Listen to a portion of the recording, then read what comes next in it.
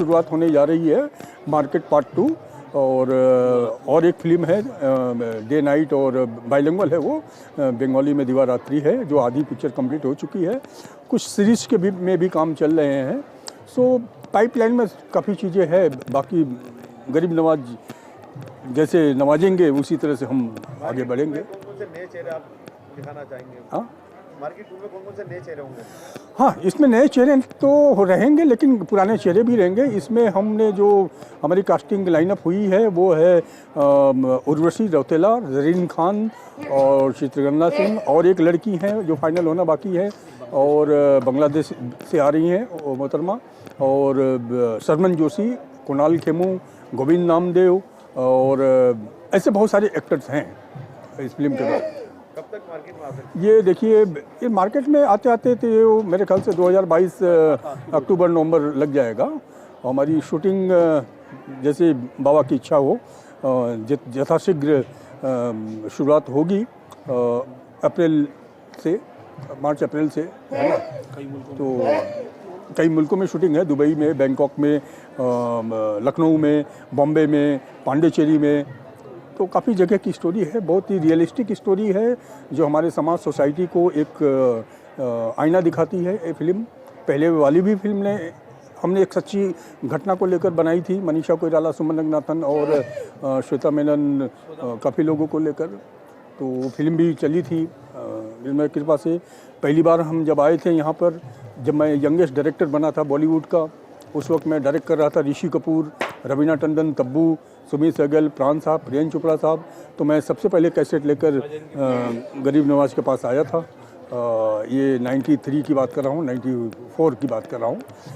उस वक्त हम आए थे, और मेरे मन में जब भी जयपुर में आता हूँ तो कोशिश करता हूँ कि बाबा अपने दरबार में मुझे ज़रूर बुलाए, है ना। और मैं तहे दिल से कितनी फिल्में आप कर चुके हैं? मैं अब तक 20 फिल्में बना चुका हूँ।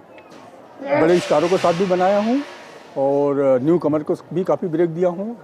न्यू कमर में म्यूजिक डायरेक्टर को भी ब्रेक दिया। अंकित तिवारी का नाम आपने सुना ही होगा, ये संदीप नाथ जी उनको लेकर आए थे। आज उमदा म्यूजिक डायरेक्टर और सिंगर हैं वो, और उनको भी ब्रेक दिया था। विकी कौशल के फादर श्याम कौशल हमारे साथ 7-8 फिल्में की है एज एन एक्टर डायरेक्टर, उनको भी ब्रेक दिया। बच्ची हमारे साथ बहुत बच्चा था, हमारी बच्ची के साथ भी खेलता था। और सलमान साहब के साथ हमारी पुरानी दोस्ती थी, अजय देवगन के साथ भी पुरानी दोस्ती। सनम बेवफा हमने साथ में काम किया था, और चांद का टुकड़ा में भी साथ में काम किया था। और अजय देवगन के साथ फूल और कांटे से लेकर दिव्य शक्ति से लेकर काफ़ी हमने फिल्में की है। तो इंडस्ट्री में उस ज़माने में, उस दौर में बहुत कम उम्र में मैं डायरेक्टर बन गया था। जब हमारी उम्र 23 साल की थी, उस वक्त डायरेक्टर हुआ करते थे 40, 50, 45 साल के। तो उस दौरान मुझे इतनी बड़ी प्रोजेक्ट मिल गई थी, और बड़े लेवल पे हम बड़े डायरेक्टरों के साथ असिस्टेंट भी रहे थे। सारे एक्टर, लीजेंड एक्टरों के साथ मैंने काम किया हूँ। रेखा जी से लेकर, जया प्रदा से लेकर, हेमा मालिनी जी से लेकर, राजेश खन्ना से लेकर, काफ़ी लोगों के साथ मैंने काम किया, अनगिनत जीतू साहब से लेकर, ये सब के हैं। और आपका नाम? हाँ, आपका नाम? जयप्रकाश के नाम से मुझे बॉलीवुड में सब जानते हैं। और बस गरीब नवाज कृपा करे। ऊपर वाले के कर्म से लगभग 80 के आसपास मेरी रिलीज़ फिल्में हैं, जिसमें मैंने किसी में गाने लिखे हैं, किसी में गाने को कंपोज किया है, किसी में मैंने कहानी लिखी है, किसी में मैंने डायलॉग लिखे हैं, और एक फिल्म मैंने डायरेक्ट भी की है जिसको अभी मुझे रिलीज़ करना है।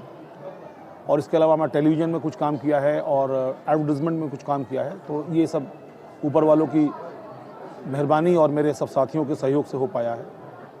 आपने भी नया गीत गाया है, इस तरह का सूफियाना गीत है।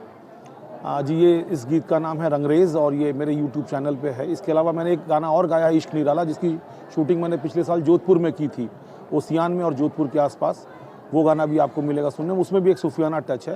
इसके अलावा एक और गाना अभी आया है मेरे टुकड़े के नाम से, वो एक रोमांटिक गीत है। तो जो रंगरेज़ खासकर जो है उसमें बहुत सूफियाना टच है, और उसमें मैंने ऊपर वाले को एक रंगरेज़ मानकर उनके बारे में कहा है कि उन्होंने क्या दुनिया रंगा है। तो ये अगर एक बार आप देखेंगे या सुनेंगे इस गाने को तो आप लोगों को बड़ा मज़ा आएगा। आप ये बताइए साहब, जो पहले आपने फिल्में करी, कौन-कौन सी फिल्में? मेरी मशहूर फिल्मों में मधुर भंडारकर साहब के साथ मैंने कई फिल्में की हैं, जिसमें पेज 3 है, कॉरपोरेट है, जेल है, फैशन है। फिर मैंने राम गोपाल वर्मा जी के साथ करीब 9-10 फिल्में की हैं, जिसमें भूत है, सरकार राज है, एक हसीना थी, और भी बहुत सारी फिल्में हैं। जयप्रकाश जी के साथ मैंने 6-7 फिल्में की हैं, जिसमें सौदा, मार्केट और क्या कहते हैं, हाँ, अभी एक बाइलिंगुअल फिल्म कर रहा हूँ जो बांग्ला और हिंदी दोनों में बन रही है। बांग्ला में उसका नाम दीवा रात्रि और हिंदी में उसका नाम डे एंड नाइट है, जिसमें मैं इनके साथ को राइटर हूँ और साथ ही मैं उसका संगीत भी कर रहा हूँ। अभी सर देखने में OTT पे ज़्यादा फिल्मों का दौर चल रहा है, इस बारे में आपको? हाँ, एक टेक्नोलॉजी के साथ नए नए जैसे बदलाव आते हैं, तो अब डिजिटल टेक्नोलॉजी आ गई है, तो इस वक्त, और ख़ासकर जब पेंडेमिक हुआ तो OTT का काफ़ी प्रचलन बढ़ा है। लोगों को अब घर में बैठ के काफ़ी चीज़ें देखने की आदत लग गई है, तो OTT भी एक नया प्लेटफॉर्म है फिल्म TV के साथ साथ, तो उस पर भी हम लोग काम कर रहे हैं। मैं जयप्रकाश जी के लिए एक OTT लिख चुका हूँ, OTT की एक सीरीज़, और मैं 1-2 सीरीज़ और लोगों के लिए भी लिख रहा हूँ, और एक सीरीज़ मैं लिखूँगा और उसको डायरेक्ट भी करूँगा जल्दी। नाम बताइए। उन सब के अभी नाम लॉक नहीं हुए हैं, तो अभी हम लोग टेंटेटिव टाइटल के साथ काम कर रहे हैं, और आज हम ख्वाजा साहब की दरगाह पे ये इल्तिजा लेकर आए कि ये सब जो हम प्रोजेक्ट हमारे आने वाले हैं, इस पे उनकी कृपा रहे और हम ये सबको खूब अच्छी कामयाबी मिले, पूरी टीम को। सर आपका नाम बताइए। मेरा नाम संदीप नाथ, मैं बॉलीवुड से हूँ, और सैयद कुतुबुद्दीन सकी साहब जो है, लगातार हम बॉलीवुड वालों को हाजिरी के लिए बुलाते रहते हैं, ये बड़ा अच्छा लगता है, और मतलब ये बॉलीवुड को ख्वाजा साहब के दरबार से जोड़ने का जो काम कर रहे हैं, इसके लिए ख्वाजा साहब की भी इनके बड़ी असीम कृपा है, और इस बहाने जो है बॉलीवुड लगातार यहाँ हाजिरी देता रहता है, और उनकी जो है रहमत। तो मेरा लगाव 25-30 वर्षों से है।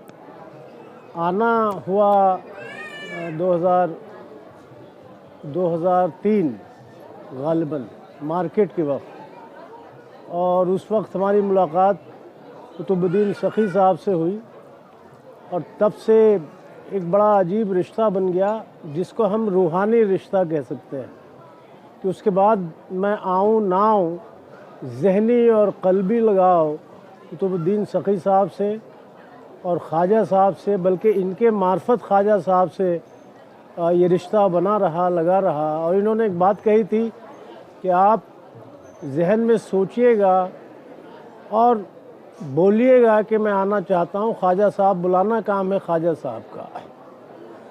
अब हमारी परवरिश जो हुई है वो रूहानियत के साथ है, तो ख्वाजा साहब को पूरे वर्ल्ड में जानता कौन नहीं, सभी जानते हैं, हम भी जानते थे, हमारा भी अकीदा था, हम दुआ करते थे पहले कि हमारे लिए कुछ कर दीजिए।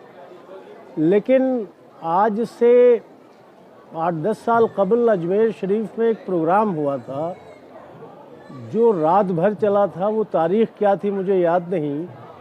मौलाना ताहिरुल कादरी आए थे पाकिस्तान से, और इत्तेफाक से मैंने रात के वक्त TV ऑन किया तो ये प्रोग्राम चल रहा था। फिर मैं सो नहीं पाया, पूरी रात मैंने वो प्रोग्राम देखी, और मुझे ख्वाजा साहब का शजरा नसब का पता चला।